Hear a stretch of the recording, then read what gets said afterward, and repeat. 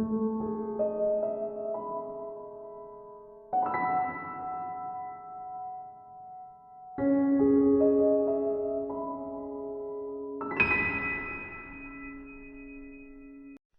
व्यवस्था अध्याय 25। लव्य व्यवस्था अध्याय 25। 7वें वर्ष और 50वें वर्ष के विश्राम कालों की विधि। फिर यहोवा ने सीनै पर्वत के पास मूसा से कहा, इस्राएलियों से कह कि जब तुम उस देश में प्रवेश करो जो मैं तुम्हें देता हूं, तब भूमि को यहोवा के लिए विश्राम मिला करे। 6 वर्ष तो अपना अपना खेत बोया करना, और 6 वर्ष अपनी अपनी दाख की बारी छांट छांट कर देश की उपज इकट्ठी किया करना। परंतु 7वें वर्ष भूमि को यहोवा के लिए परम विश्राम काल मिला करे। उसमें न तो अपना खेत बोना और न अपनी दाख की बारी छांटना। जो कुछ काटे हुए खेत में अपने आप से उगे उसे न काटना, और अपनी बिन छाटी हुई दाखलता की दाखों को न तोड़ना, क्योंकि वह भूमि के लिए परम विश्राम का वर्ष होगा। और भूमि के विश्राम काल ही की उपज से तुमको और तुम्हारे दास दासी को और तुम्हारे साथ रहने वाले मजदूरों और परदेशियों को भी भोजन मिलेगा, और तुम्हारे पशुओं का और देश में जितने जीव जंतु हो उनका भी भोजन भूमि की सब उपज से होगा। और 7 वर्ष विश्राम वर्ष, और अर्थात 7 गुना 7 वर्ष गिन लेना। 7 विश्राम वर्षों का यह समय 49 वर्ष होगा। तब 7वें महीने के 10वें दिन को, अर्थात प्रायश्चित के दिन, जय जयकार के महाशब्द का नरसिंगा अपने सारे देश में सब कहीं फुकवाना, और उस 50वें वर्ष को पवित्र करके मानना, और देश के सारे निवासियों के लिए छुटकारे का प्रचार करना। वह वर्ष तुम्हारे यहाँ जुबली कहलाए। उसमें तुम अपनी अपनी निज भूमि और अपने अपने घराने में लौटने पाओगे। तुम्हारे यहाँ वह 50वां वर्ष जुबली का वर्ष कहलाए। उसमें तुम न बोना, और जो अपने आप उगे उसे भी न काटना, और न बिन छाटी हुई दाखलता की दाखों को तोड़ना, क्योंकि वह जो जुबली का वर्ष होगा वह तुम्हारे लिए पवित्र होगा। तुम उसकी उपज खेत ही में से लेके खाना। इस जुबली के वर्ष में तुम अपनी अपनी निज भूमि को लौटने पाओगे। और यदि तुम अपने भाई बंधु के हाथ कुछ बेचो व अपने भाई बंधु से कुछ मोल लो, तो तुम एक दूसरे पर अंधेर न करना। जुबली के पीछे जितने वर्ष बीते हो उनकी गिनती के अनुसार दाम ठहरा के एक दूसरे से मोल लेना, और शेष वर्षों की उपज के अनुसार वह तेरे हाथ बेचे।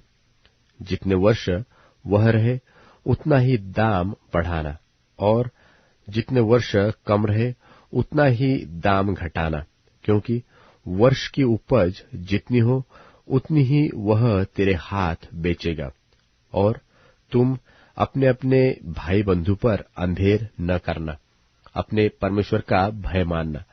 मैं तुम्हारा परमेश्वर यहोवा हूं, इसलिए तुम मेरी विधियों को मानना और मेरे नियमों को समझबूझकर चलना, क्योंकि ऐसा करने से तुम उस देश में निडर बसे रहोगे, और पृथ्वी अपनी उपज उपजाया करेगी, और तुम पेट भर खाया करोगे, और उस देश में निडर बसे रहोगे। और यदि तुम कहो कि 7वें वर्ष में हम क्या खाएंगे, न तो हम बोएंगे न अपने खेत की उपज इकट्ठी करेंगे, तो जानो कि मैं तुमको 6वें वर्ष में ऐसी आशीष दूंगा कि भूमि की उपज 3 वर्ष तक काम आएगी। तुम 8वें वर्ष में बोओगे और पुरानी उपज में से खाते रहोगे, और 9वें वर्ष की उपज जब तक न मिले तब तक तुम पुरानी उपज में से खाते रहोगे। भूमि सदा के लिए तो बेची न जाए, क्योंकि भूमि मेरी है और उसमें तुम परदेशी और बाहरी होगे। लेकिन तुम अपने भाग के सारे देश में भूमि को छुड़ा लेने देना। यदि तेरा कोई भाई बंधु कंगाल होकर अपनी निज भूमि में से कुछ बेच डाले, तो उसके कुटुंबियों में से जो सबसे निकट हो वह आकर अपने भाई बंधु के बेचे हुए भाग को छुड़ा ले। और यदि किसी मनुष्य के लिए कोई छुड़ाने वाला न हो और उसके पास इतना धन हो कि आप ही अपने भाग को छुड़ा ले सके, तो वह उसके बिकने के समय से वर्षों की गिनती करके शेष वर्षों की उपज का दाम उसको जिसने उसे मोल लिया हो फेर दे। तब वह अपनी निज भूमि का अधिकारी हो जाए। परंतु यदि उसके इतनी पूंजी न हो कि उसे फिर अपनी कर सके, तो उसकी बेची हुई भूमि जुबली के वर्ष तक मोल लेने वालों के हाथ में रहे और जुबली के वर्ष में छूट जाए। तब वह मनुष्य अपनी निज भूमि का फिर अधिकारी हो जाए। फिर यदि कोई मनुष्य शहर पनाह वाले नगर में बसने का घर बेचे, तो वह बेचने के बाद वर्ष भर के अंदर उसे छुड़ा सकेगा। अर्थात पूरे वर्ष भर उस मनुष्य को छुड़ाने का अधिकार रहेगा।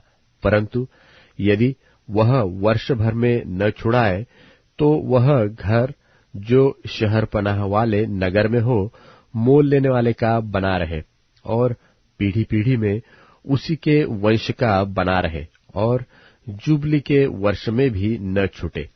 परंतु बिना शहर पनाह के गांव के घर तो देश के खेतों के समान गिने जाए, उनका छुड़ाना भी हो सकेगा और वे जुबली के वर्ष में छूट जाए। और लेवियों के निज भाग के नगरों के जो घर हो, उनको लेवीय जब चाहे तब छुड़ाए। और यदि कोई लेवीय अपना भाग न छुड़ाए, तो वह बेचा हुआ घर जो उसके भाग के नगर में हो जुबली के वर्ष में छूट जाए, क्योंकि इस्राएलियों के बीच लेवियों का भाग उनके नगरों में वे घर ही है और उनके नगरों की चारों ओर की चराई की भूमि बेची न जाए, क्योंकि वह उनका सदा का भाग होगा। फिर यदि तेरा कोई भाई बंधु कंगाल हो जाए और उसकी दशा तेरे सामने तरस योग्य हो जाए, तो तू उसको संभालना।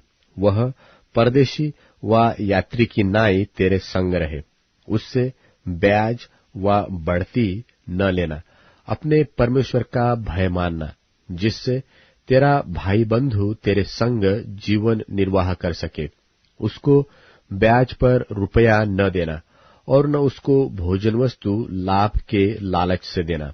मैं तुम्हारा परमेश्वर यहोवा हूँ। मैं तुम्हें कनान देश देने के लिए और तुम्हारा परमेश्वर ठहरने की मनसा से तुमको मिस्र देश से निकाल लाया हूँ। फिर यदि तेरा कोई भाई बंधु तेरे सामने कंगाल होकर अपने आप को तेरे हाथ बेच डाले, तो उससे दास के समान सेवा न करवाना।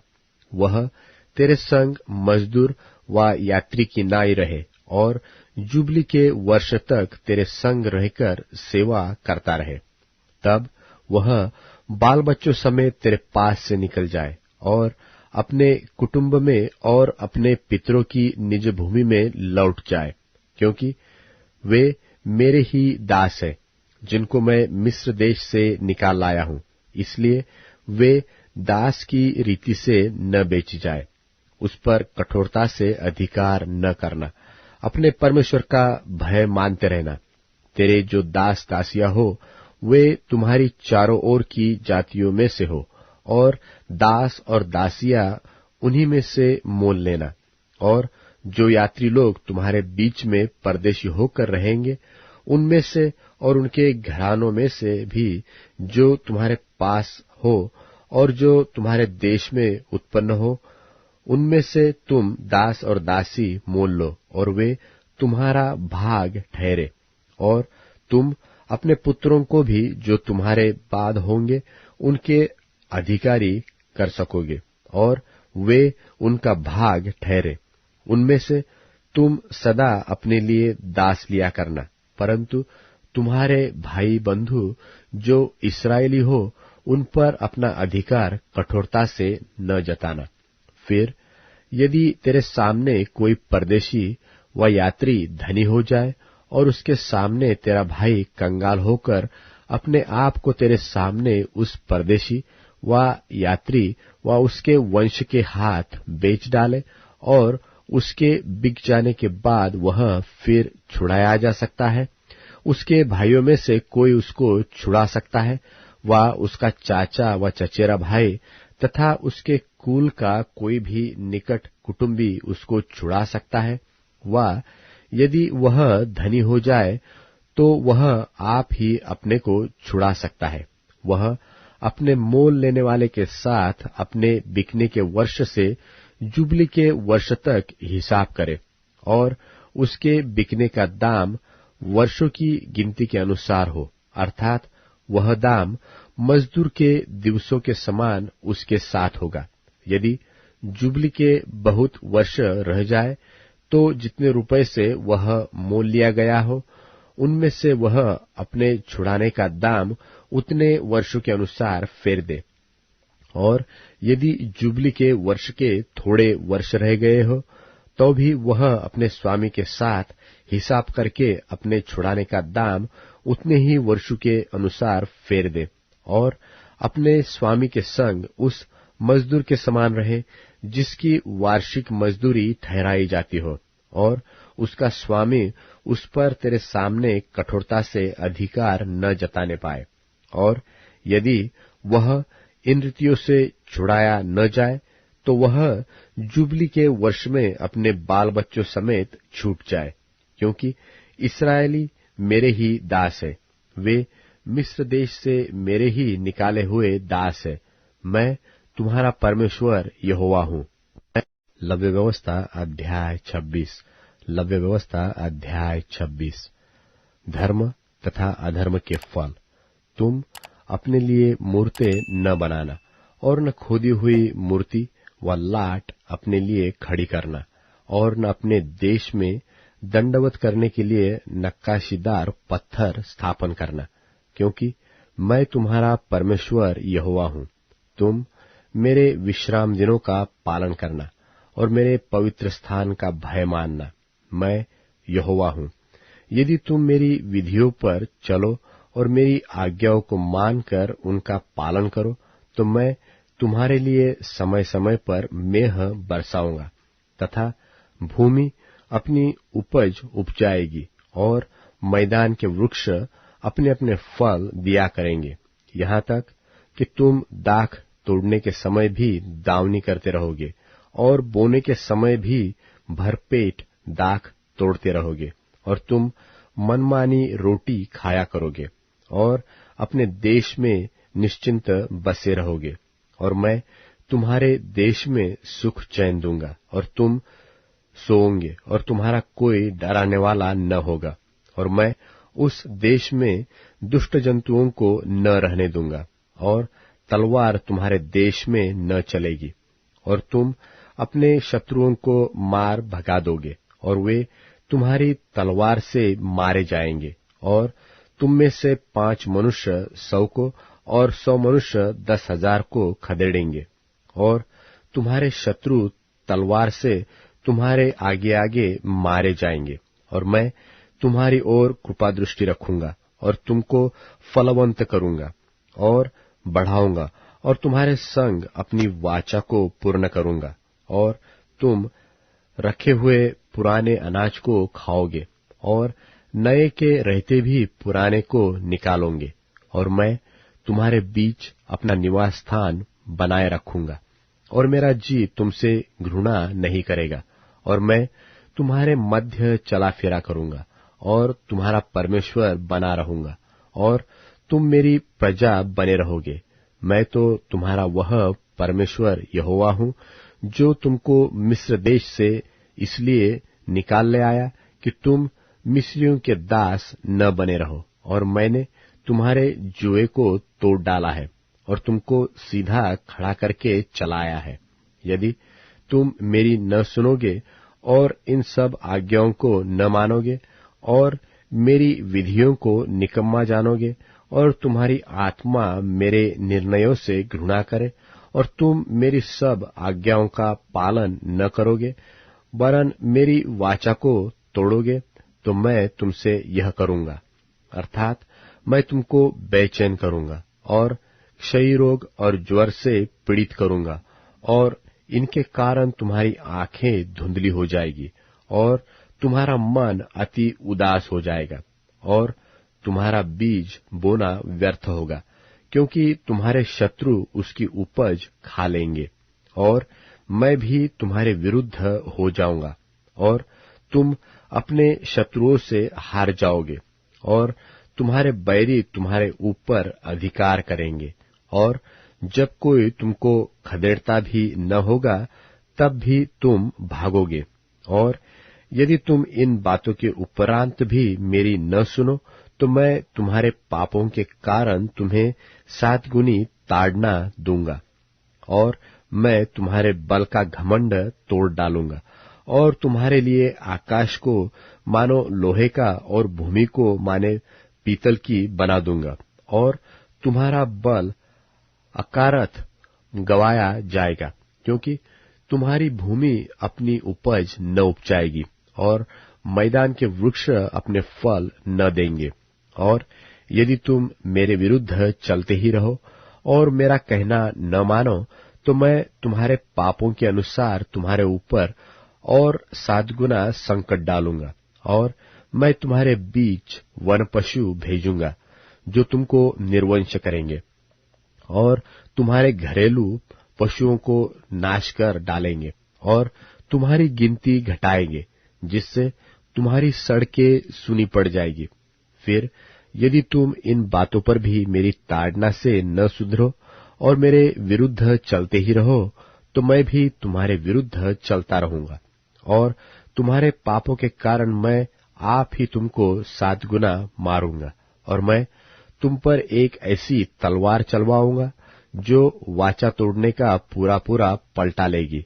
और जब तुम अपने नगरों में जा जाकर इकट्ठे होगे तब मैं तुम्हारे बीच मरी फैलाऊंगा और तुम अपने शत्रुओं के वश में सौंप दिए जाओगे।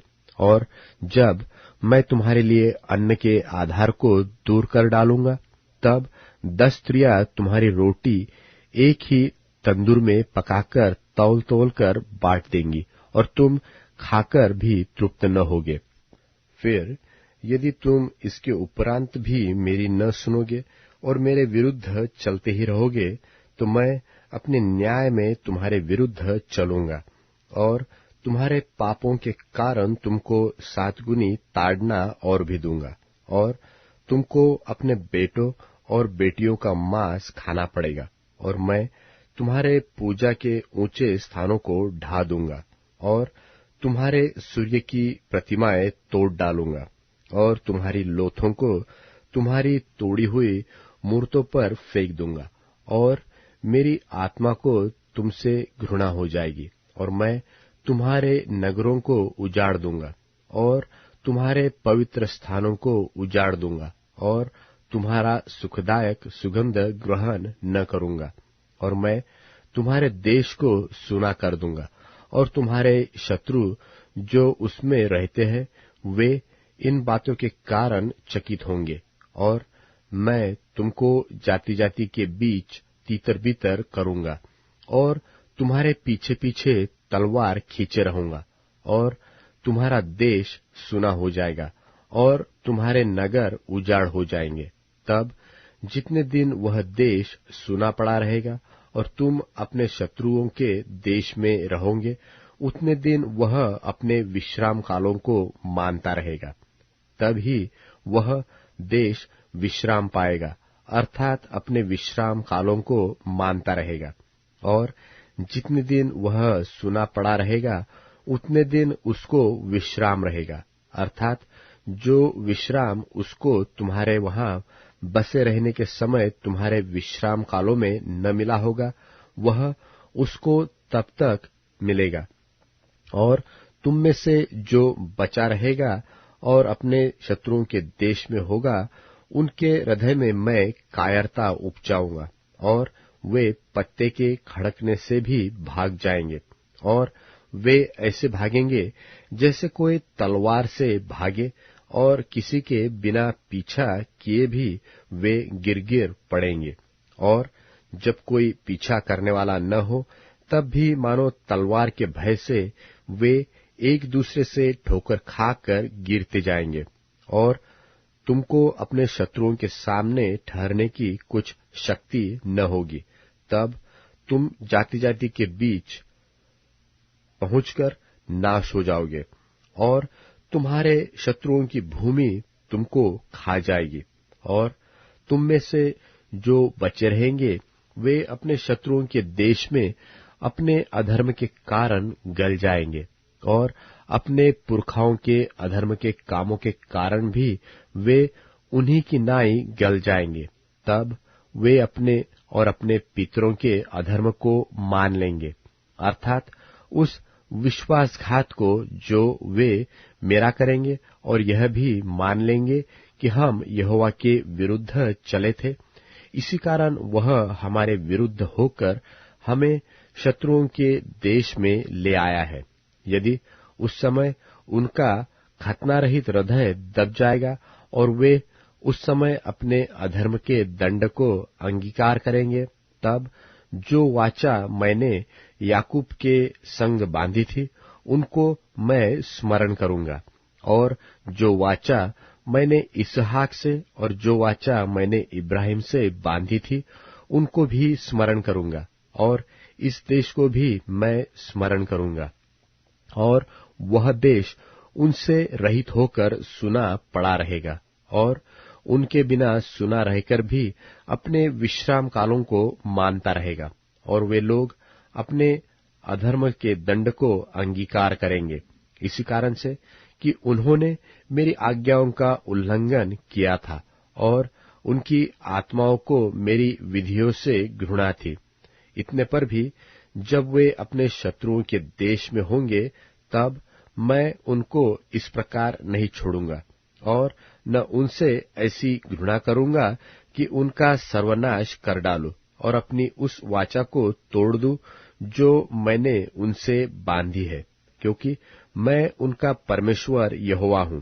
परंतु मैं उनके भलाई के लिए उनके पितरों से बांधी हुई वाचा को स्मरण करूंगा, जिन्हें मैं अन्य जातियों की आंखों के सामने मिस्र देश से निकालकर लाया, कि मैं उनका परमेश्वर ठहरूं।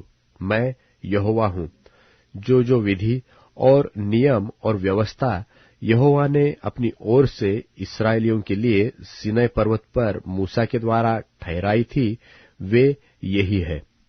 लव्य व्यवस्था अध्याय 27। लव्य व्यवस्था अध्याय 27। फिर यहोवा ने मूसा से कहा, इस्राएलियों से यह कह कि जब कोई विशेष संकल्प माने, तो संकल्प किए हुए प्राणी तेरे ठहराने के अनुसार यहोवा के होंगे। इसलिए यदि वह 20 वर्ष व उससे अधिक और 60 वर्ष से कम अवस्था का पुरुष हो, तो उसके लिए पवित्र स्थान के शेकेल के अनुसार 50 शेकेल का रुपया ठहरे, और यदि वह स्त्री हो तो 30 शेकेल ठहरे। फिर यदि उसकी अवस्था 5 वर्ष व उससे अधिक और 20 वर्ष से कम की हो, तो लड़के के लिए तो 20 शेकेल और लड़की के लिए 10 शेकेल ठहरे। और यदि उसकी अवस्था 1 महीने व उससे अधिक और 5 वर्ष से कम की हो, तो लड़के के लिए तो 5 शेकेल और लड़की के लिए 3 शेकेल ठहरे। फिर यदि उसकी अवस्था 8 वर्ष की व उससे अधिक है, तो वह पुरुष हो तो उसके लिए 15 शेकेल और स्त्री हो तो 10 शेकेल ठहरे।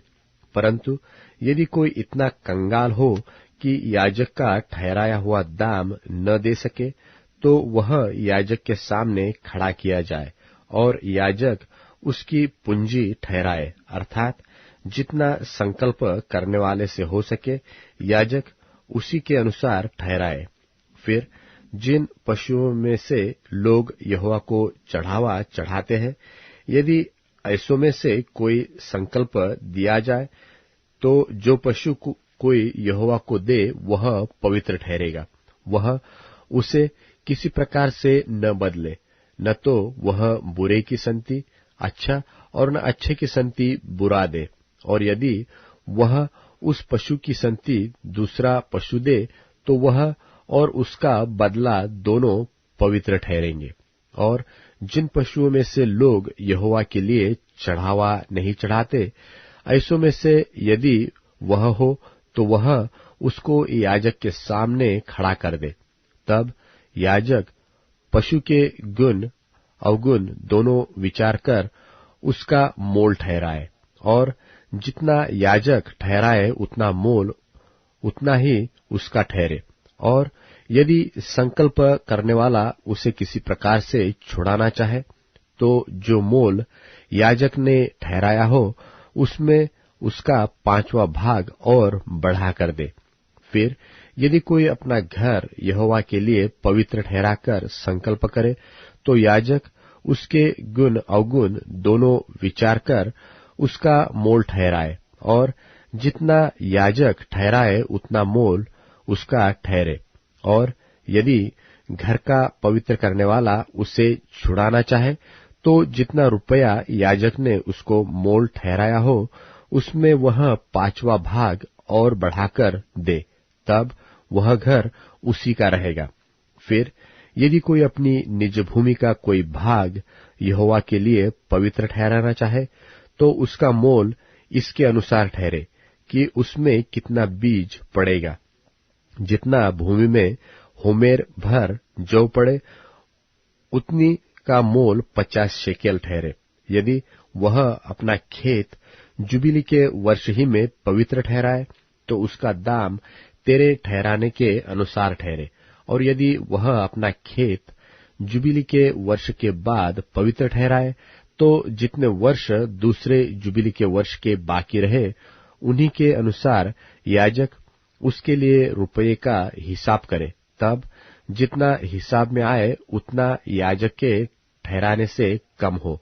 और यदि खेत का पवित्र ठहराने वाला उसे छुड़ाना चाहे तो जो दाम याजक ने ठहराया हो उसमें वह 5वां भाग और बढ़ा कर दे, तब खेत उसी का रहेगा।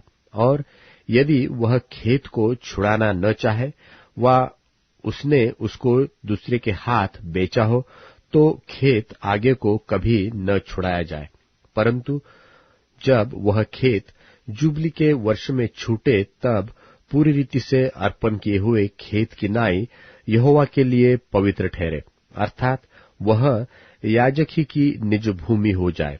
फिर यदि कोई अपना मोल लिया हुआ खेत जो उसकी निज भूमि के खेतों में का न हो यहोवा के लिए पवित्र ठहराए तो याजक जुबली के वर्ष तक का हिसाब करके उस मनुष्य के लिए जितना ठहराए उतना ही वह यहोवा के लिए पवित्र जानकर उसी दिन दे दे। और यदि जुबली के वर्ष में वह खेत उसी के अधिकार में जिससे वह मोल लिया गया हो फिर आ जाए, अर्थात जिसकी वह निज भूमि हो उसी की फिर हो जाए। और जिस जिस वस्तु का मोल याजक ठहराए उसका मोल पवित्र स्थान ही के शेकेल के हिसाब से ठहरे, शेकेल 20 गेरा का ठहरे। परंतु घरेलू पशुओं का पहलौठा जो यहोवा का पहलौठा ठहरा है उसको तो कोई पवित्र न ठहराए, चाहे वह बछड़ा हो चाहे भेड़ व बकरी का बच्चा, वह यहोवा ही का है। परंतु यदि वह अशुद्ध पशु का हो तो उसका पवित्र ठहराने वाला उसको याजक के ठहराए हुए मोल के अनुसार उसका 5वां भाग और बढ़ाकर छुड़ा सकता है। और यदि वह न छुड़ाया जाए तो याजक के ठहराए हुए मोल पर बेच दिया जाए। परंतु अपनी सारी वस्तुओं में से जो कुछ कोई यहोवा के लिए अर्पण करे, चाहे मनुष्य हो चाहे पशु, चाहे उसकी निज भूमि का खेत हो, ऐसी कोई अर्पण की हुई वस्तु न तो बेची जाए और न छुड़ाई जाए। जो कुछ अर्पण किया जाए वह यहोवा के लिए परम पवित्र ठहरे। मनुष्यों में से जो कोई अर्पण किया जाए वह छुड़ाया न जाए, निश्चय वह मार डाला जाए। फिर भूमि की उपज का सारा दशमांश, चाहे वह भूमि का बीज हो, चाहे वृक्ष का फल, वह यहोवा ही का है, वह यहोवा के लिए पवित्र ठहरे। यदि कोई अपने दशमांश में से कुछ छुड़ाना चाहे तो 5वां भाग बढ़ाकर उसको छुड़ाए।